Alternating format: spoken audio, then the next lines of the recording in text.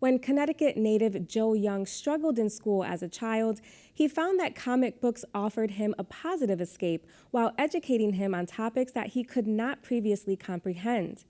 Young was then able to turn that passion for drawing and storytelling into a career and is now an award-winning cartoonist, filmmaker, producer, writer, and teaching artist. I joined Young at his studio in East Hartford to hear more about his story, his latest comic series, and his collaboration with legendary Motown artist Smokey Robinson. It was the creative arts that saved me, specifically writing, actually. And then when I started writing, I got into comics. So that whole comic art space changed me. Because when I was in school, I was a slow learner. And kids made fun of me, I made fun of myself, and I named myself the Fisherman because all my grades were below sea level. But then through comics, I learned about geography, about character, about science. And so a lot of my work is based on comics. And from that, once you learn how to write comics, you can write scripts. And then I learned how to draw at a later age, but writing was my first introduction to art. So just as you were saying, comic art specifically has been one of the greatest influences in your life, and it has really led to your success. But speak to me about what is it about that art form specifically that you're so passionate? Why were you able to connect with comic art? Good question, because art is engaging. It's visually attractive, it's fun, it's entertaining. I remember growing up, I learned about government, not through social studies class. There was a show called Schoolhouse Rock. I'm just a bill on, and even now, for me to reach kids, because I do a lot of workshops, I teach cartooning, and kids seem to gravitate towards it, and cartoon work. And it's just something about comic where I think I found my purpose when I discovered comic art. Yeah, and comics also kind of provide children with an escape and also inspiration. And so that brings me to your most recent comic series, Chemet. Tell me a little bit about this series, how it's unique to your other creations, and also how important is it to have this representation for, especially for children of color in comics or literature? Yeah, well, Chemet, I've done so many projects over the years, Scruples. I've done, for the Bushnell, I created characters, but this one is the most special to me. Actually, Chemet was created during COVID. Chemet is a time traveler. He travels through time. He's born in 1771.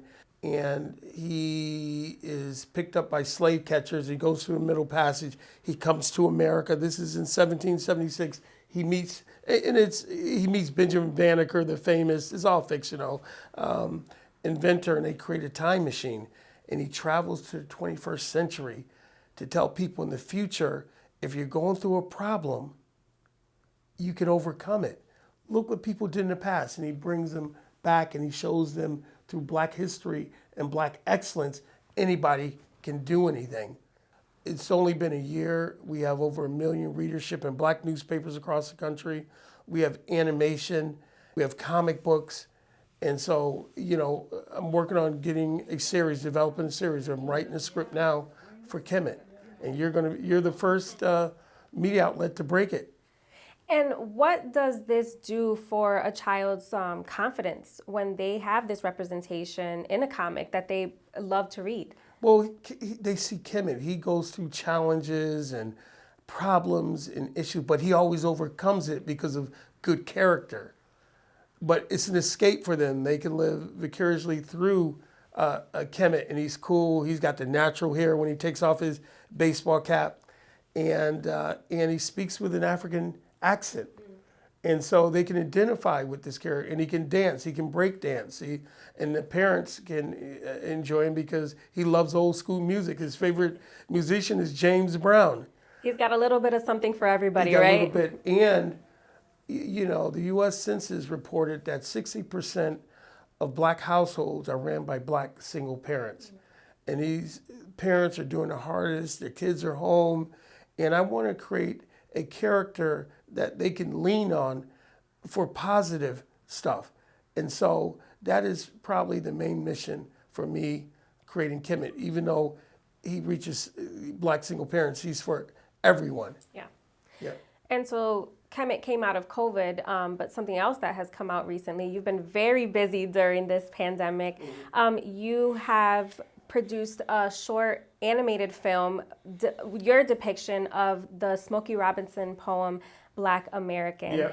Tell me about that and why now is the perfect time to release this animated film. Because after George Floyd, race relations and, race is such an issue. I met Smokey at a mutual friend of our, Curtis Robinson's golf tournament. And I was having lunch. Rabina, who works with me, senior producer here, was with me. And he started reciting this poem.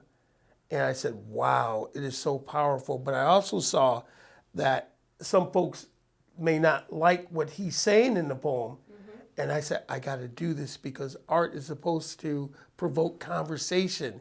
And I agree with a lot of stuff that Smokey says. Some things, I need some more clarity. But my thing was create this thing and animate what he's trying to say. And I'd appreciate it if when you see me, you'd say, there goes a man who said it loud. I'm black, I'm black. I'm a Black American and I'm proud because I love being an American. And again, that just took off. And that was a dream come true to work with an icon like Smokey Robinson, Now, you were born in Hartford, but have deep roots in Springfield, Massachusetts as well. What are you most proud about being from this part of the region? It's just rich with history, architecture, and the people are second to none. You can find a little bit of everybody in New England, and they're very creative in New England. That Yankee, ingenuity. This is where I'm at, where I'm trying to make a difference. So Hartford's been good to me. Hartford's been good to me, and I have a responsibility. Even though you could do it anywhere in the world because of technology, Hartford's been good. Springfield's been good to me. So I'm just a blessed individual geographically.